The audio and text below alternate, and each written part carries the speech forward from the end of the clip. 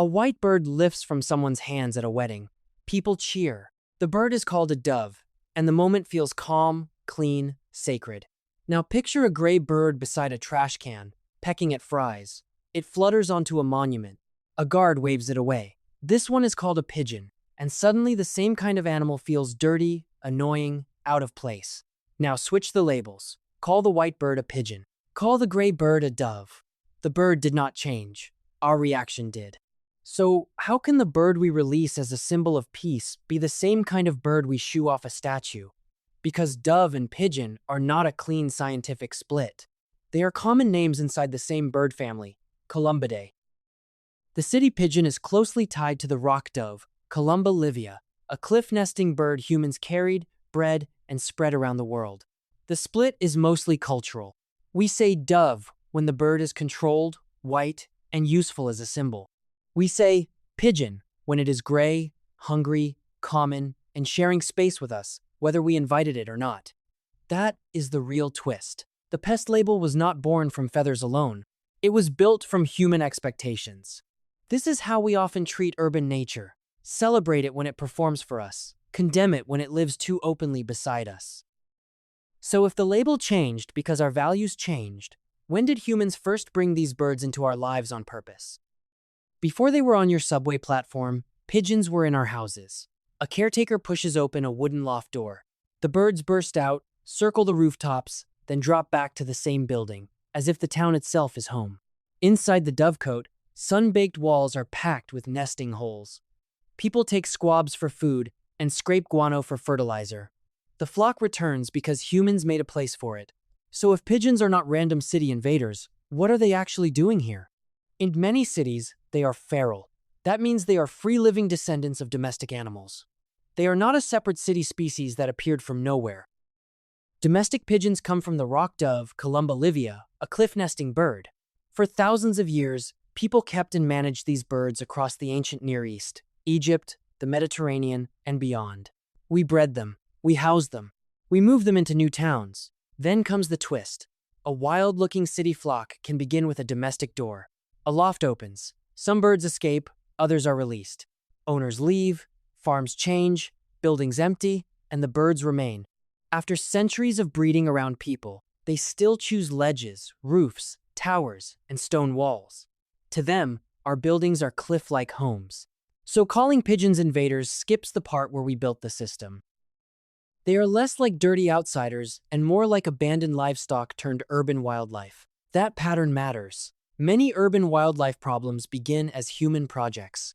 When management stops, the animal stays, still adapted to our infrastructure. But pigeons were not kept only because they were easy meat. How did they become sacred symbols, too?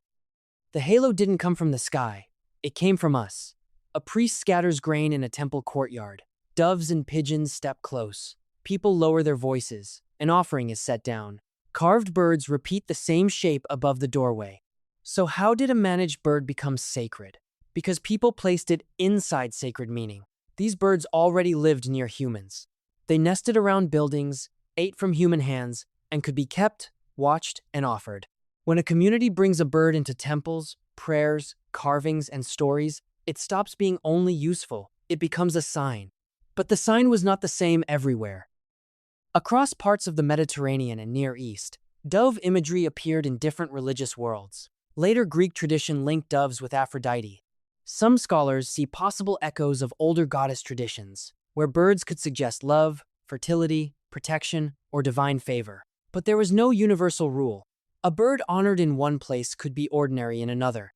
Now move from the sanctuary to a household yard. The same kind of bird is fed again. This time, someone counts the flock. A keeper checks the nests. A bird is handled, weighed, and saved for food. That is the key. Sacred and useful were not opposites. They were two human uses placed on the same animal. A pigeon's reputation depended on where humans put it, near an altar or near a workbench. We still do this. A white bird in a ceremony can feel pure. The same bird, arriving outside the script, can lose that respect. And if humans could load pigeons with meaning, what happened when they began reshaping their bodies and behavior for sport and beauty? A wooden loft door swings open, and pigeons burst into the air. They do not all look alike. One opens a tail like a fan. One pushes its chest out so far it seems top-heavy. Another rises, then flips backward in the air, as if it chose to fall for a moment. Before pigeons were an insult, they were an argument. Here is the question. How did pigeons go from myth and ritual to evidence in one of science's biggest ideas? In the 1800s, pigeon breeders obsessed over small details: beaks, feathers, posture, and flight. Charles Darwin listened to them. He kept pigeons, studied their breeds, and compared them side by side.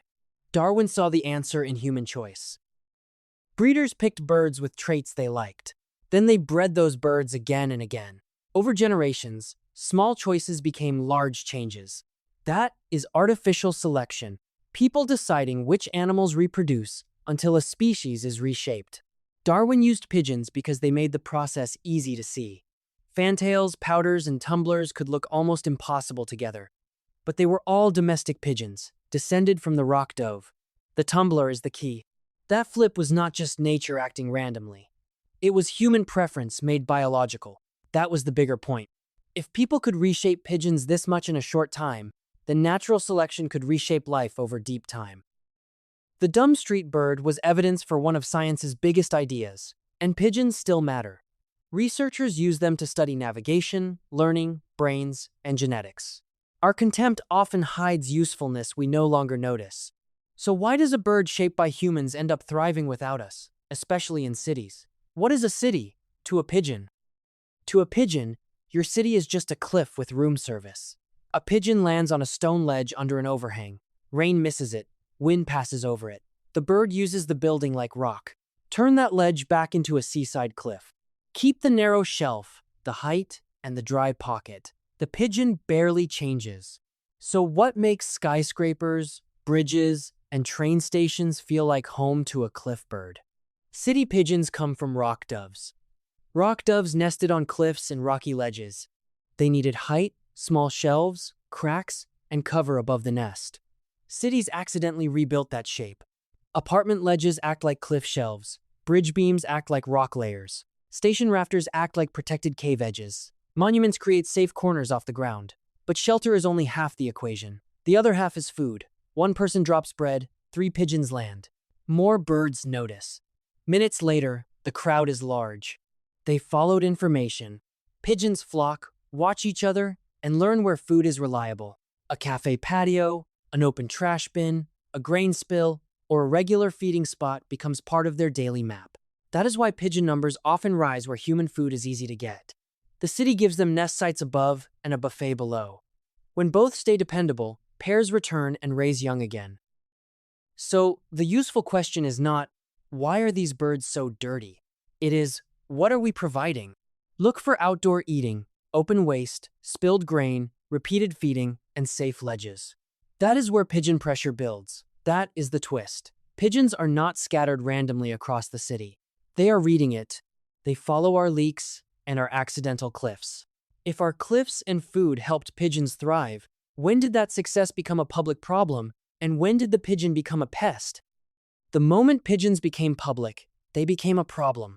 A city worker scrapes dried droppings from a stone war memorial. Beside him, a sign says not to feed the birds. Across the street, an older person throws grain anyway. Pigeons land fast. A shop owner complains about the mess. The worker points to the sign.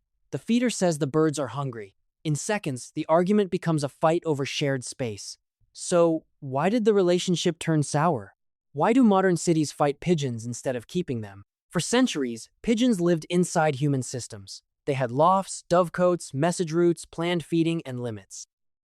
People used them, protected them, and controlled where they belonged. Then the management faded. The birds did not vanish. They moved into the open city. It already gave them what they needed: ledges, beams, spilled food, and people willing to feed them.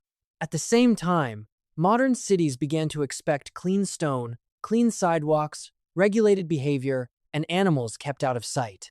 Droppings cost money to remove. They can stain stone and metal. They can create sanitation problems where birds gather heavily. Health fears can be larger than everyday risk, but cleanup costs are real. That is the flip. Pigeons did not suddenly become worse. They became unmanaged in places where people demanded control. A city adds spikes to a ledge. The next day, the pigeons move to the next beam.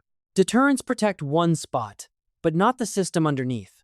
Food access, nesting access, and the expectation that a living city should look perfectly clean.